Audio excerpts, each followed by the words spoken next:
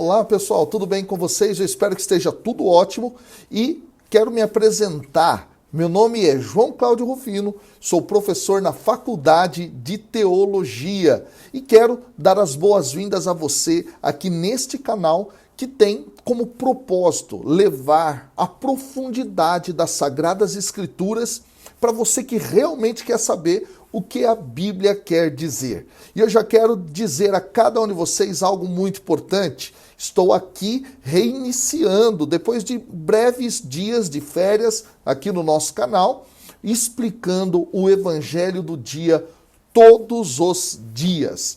Quero dizer também que o cenário é diferente, como você pode perceber. É um cenário aqui lindíssimo, maravilhoso. Eu estou em Portugal, exatamente, na cidade de Viseu. Aqui atrás, vocês vão poder observar, é a Serra da Estrela. Um lugar belíssimo, um lugar maravilhoso.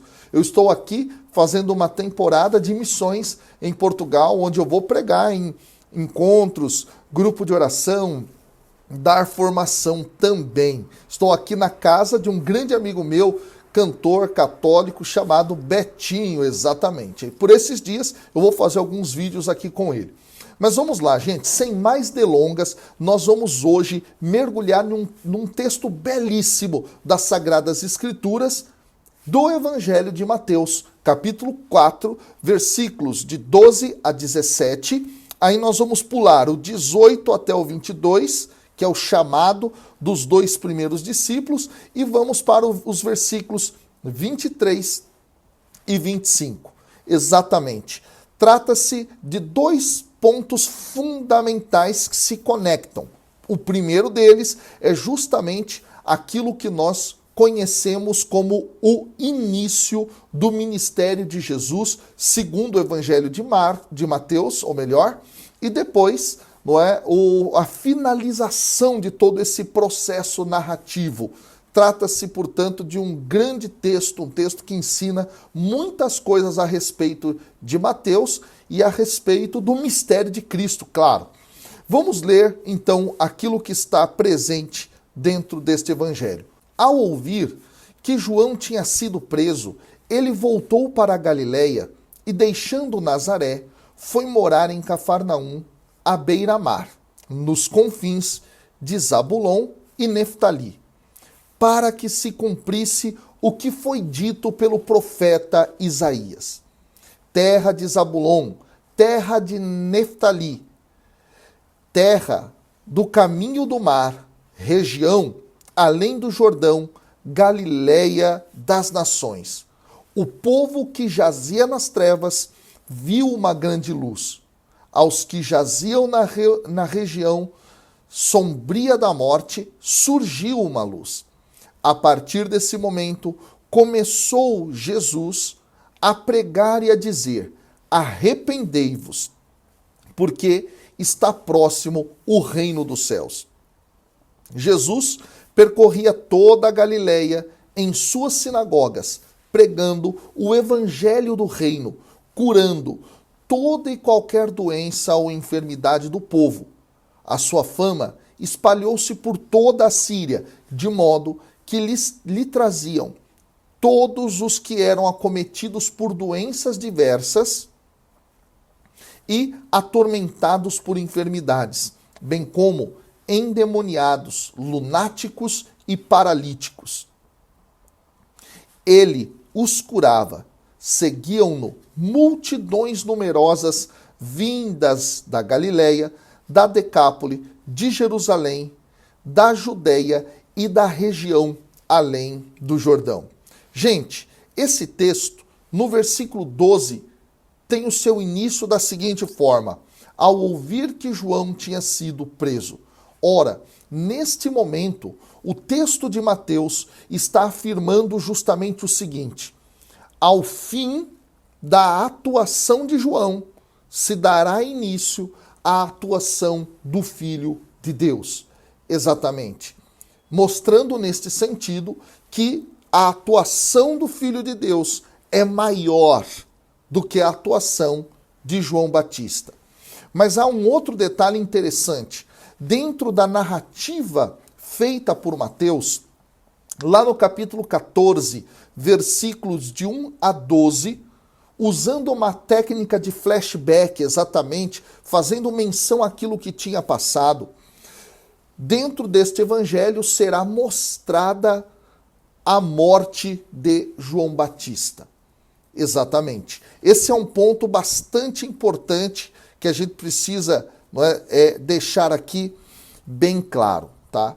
Agora, um outro detalhe interessante é que o verbo que está sendo utilizado aqui para falar a respeito de João Batista, ou seja, o verbo, não é, assim seria sido preso em português, tá? No grego é um verbo só.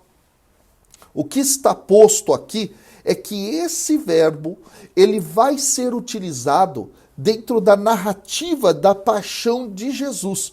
Olha que coisa interessante, lá em Mateus, no capítulo 26, versículos 15, no 16 e no 21, vai justamente esse verbo fazer parte desta linguagem, não é, de condenação e de morte ao Filho de Deus, Jesus. E aí o texto diz que depois da morte de João, ele voltou para a Galileia. Vamos entender isso. A Galileia, pessoal, fica ao norte de Israel. Fica no extremo norte, tá? Esse ponto é muito importante. Havia nessa região, mais ou menos, segundo nós temos os dados dos historiadores, em torno de 300 mil pessoas, que estão espalhadas em mais ou menos 200 cidades ou pequenas vilas, exatamente. E aí há um dado interessante. Lá, na região, não é, da Galileia, Jesus foi para Nazaré, exatamente. E Nazaré era a cidade onde ele passa a sua infância e a sua adolescência. E de Nazaré, diz o texto no versículo 13, ele foi para Cafarnaum. Então aqui há um detalhe interessante. Cafarnaum é a cidade onde Jesus vai morar, quando já adulto, no início do seu ministério.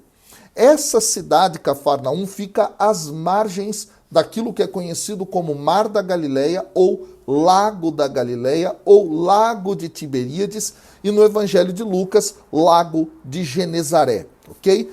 Lá é onde Pedro mora com o seu irmão André, ok? Vamos dar continuidade. E aí, o texto vai fazer uma referência muito interessante ao dizer justamente que era a cidade de Cafarnaum à beira-mar, nos confins de Zabulon e Neftali. O que é Zabulon e Neftali? São as duas tribos de Israel ao norte, por onde os inimigos atacavam. Esse dado é muito interessante, pessoal. Quando a gente olha o mapa, depois eu até convido você a olhar na sua Bíblia o mapa, você vai observar justamente isso. São locais que ficam no extremo norte do país e era por lá justamente que os inimigos chegavam primeiro, atacavam primeiro a terra de Israel. E dentro da história do povo de Israel, essa região foi destruída, foi dizimada, foi detonada mesmo pelos assírios, quando lá eles estiveram em 722 a.C. Mas não só. No período dos persas, também Israel foi, nessa parte, destruído. Exatamente. Você tem nessa região um número muito grande de pessoas de outras nações, de outros povos que passam a habitar esta região. Nós estamos falando aí de algo em torno, mais ou menos, pessoal, de 550 até 330 a.C. Daí é que a gente entende, não é, aquilo que está posto dentro do próprio Evangelho, que vai afirmar que a Galileia era a Galileia das nações, exatamente, porque neste local viviam pessoas de outros povos, de outras nacionalidades. Bom, E o texto vai dizer, no versículo 14, que Jesus vai para essa região justamente para se cumprir aquilo que foi dito pelo profeta Isaías. E aí o versículo 15 e o versículo 16 são a citação daquilo que está presente dentro de Isaías, onde, capítulo 9, pessoal, exatamente, capítulo 9, versículos de 1 até o 6. Eu tenho um vídeo aqui no canal onde eu explico essa passagem, beleza? Então eu vou deixar no final desse vídeo para que você possa compreender melhor. Mas basicamente, essa passagem de Isaías é um oráculo messiânico que vai falar sobre o Messias que vem, e esse Messias que vem justamente para libertar o povo de Israel. E aí agora nós vamos entender melhor o que essa profecia diz dentro da concepção de Mateus, beleza? Então, Mateus vai citar a profecia, terra de Zabulon e Neftali, você já sabe, eu falei, é o extremo norte de Israel. Depois, caminho do mar. Então, caminho do mar é o quê? É toda a região costeira de Israel, é toda a parte praiana de Israel, onde está o mar Mediterrâneo, ok? Isso está para o lado oeste. E aí o texto diz, região além do Jordão, lado leste. Então, o que está em jogo aqui? É mais ou menos assim, Israel. Ó. Aqui é o norte, Zabulon e Neftali. Aqui é o mar Mediterrâneo, ok? Caminho do mar. Aqui é o além do Jordão. Tá? Então, norte, leste e oeste. Tá ok?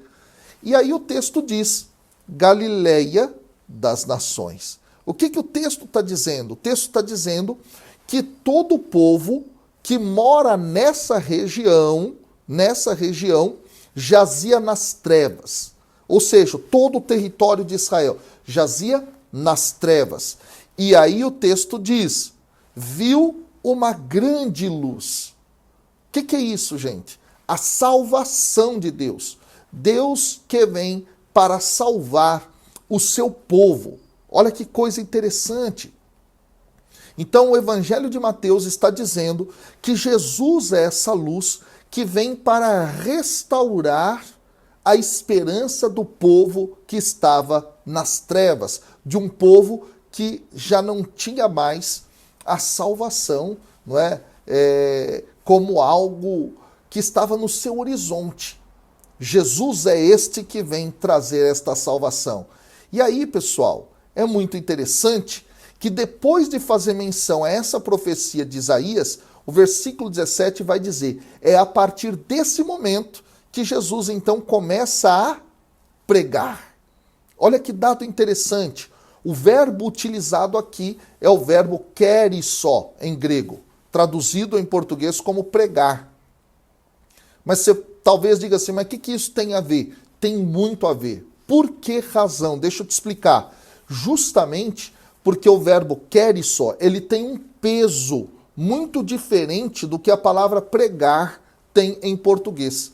Porque kerisó trata-se de uma proclamação feita no horizonte político e no horizonte de algo extremamente importante, de uma mensagem que é extremamente importante, uma mensagem, por exemplo, oficial dada por alguém do reinado ou do império. Entende isso? Então é muito importante se ter noção desta realidade aqui.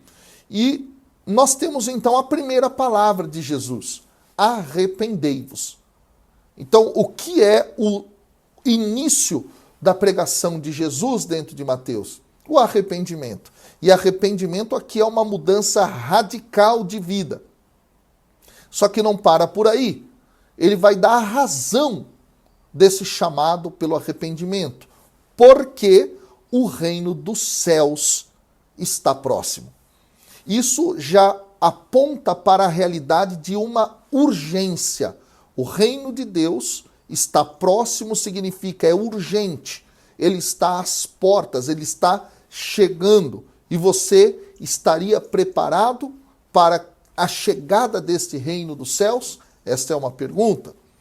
E aí então o texto, na liturgia, vai dar um salto para o versículo 23 e vai dizer assim, que Jesus percorria toda a Galileia ensinando em suas sinagogas. Então Galileia é a região ao norte de Israel. E aqui eu quero só fazer uma menção ao fato seguinte, pessoal. 80% do ministério de Jesus nos evangelhos de Mateus, Marcos e Lucas se dão na Galileia. Tudo bem? Esse dado é muito importante. Quando nós lemos o texto, nós percebemos isso. Jesus fica mais tempo na Galileia do que lá no sul, na região da Judéia, onde ficava a cidade de Jerusalém. Esse dado é muito interessante. E ele ensina nas sinagogas. Aqui eu preciso dizer, muitas pessoas têm dúvida. Sinagoga é o local onde o judeu faz a sua celebração lendo a palavra do Senhor. Ele lê a Torá, ele lê os profetas e lê os escritos. É um local de estudo e celebração em torno da palavra. Não há sacrifícios dentro da sinagoga. Sacrifício só acontecia no templo. E o templo, reconhecido pelos judeus, é o templo de Jerusalém. Então havia um só templo, mas haviam várias sinagogas. Tudo bem? Então esse dado é muito importante que a gente entenda. E aí o texto diz que ele então pregou o evangelho do reino, curando todo tipo de enfermidade. E o versículo 24 traz algo muito interessante. Diz que a fama dele se espalhou por toda a Síria. Aqui há duas explicações interessantes. Síria não é mais território de Israel. Síria é um outro país que está presente ao norte de Israel. Tá? Então, quando você olha norte e nordeste de Israel, é onde fica a Síria. Mas como assim? Jesus estava pregando na Galileia e a sua fama foi parar na Síria? A primeira explicação é que o poder de Deus manifesto em Cristo Jesus foi tão forte que chegou até outro país. É uma primeira explicação. A segunda explicação é que muito possivelmente quem está escrevendo o Evangelho de Mateus está situado na Síria e queria fazer referência justamente, não é, a essa realidade de que a Síria estava tomada pelo Evangelho, pelo anúncio da palavra, ok? E aí o texto continua dizendo que Jesus curava, que Jesus libertava, tudo isso é ação messiânica segundo o Antigo Testamento, como nós já citamos aqui em outros vídeos do canal, e o texto vai terminar fazendo uma lista das regiões, dos lugares onde a fama de Jesus se espalhou e de onde vinha multidão atrás do mestre. Então, eu quero destacar aqui a região da Decápole. Muitas pessoas têm dúvida. O que é a Decápole, pessoal? Decápolis vem do grego deca, 10, polis, cidade. Então era uma região lá do outro lado do lago da Galileia, tá? Onde existiam 10 cidades pagãs. Então muita gente pagã vinha até Jesus, ou seja, gente que não era da cultura ou do povo judeu, vinha para buscar Jesus. E há um dado muito interessante aqui. Nós temos um historiador da época chamado Plínio o Velho, que ele vai citar os nomes das cidades que estavam na Decápolis, lá na região do outro lado do lago da Galileia, do lado pagão do lago da Galileia. Então as cidades são, vamos lá, Damasco, Filadélfia, Rafana, Esquitópolis, Gadara, Hipos, Dion, Pela, Gerasa e Canata. Então essas são as citadas por Plínio o Velho. Tá bom, pessoal? Bom, basicamente o que esse texto quer dizer é isso. Jesus é o cumprimento da profecia de Isaías que traz luz ao povo que está nas trevas. Jesus é o cumprimento da vontade do Pai no mundo, e esta vontade é tão forte de salvar que cura, que liberta e atrai pessoas não só do povo de Israel, mas de diversos povos da região. Aqui fica uma pergunta para nós. E nós estamos reconhecendo que Jesus é esse cumprimento da vontade de Deus que quer libertar o seu povo? Pensa nisso, que Deus te abençoe, e agora nós demos início ao nosso Evangelho do Dia de novo, nesse novo ciclo deste ano que se inicia. Que Deus te abençoe, até amanhã, com a graça de Deus. Valeu!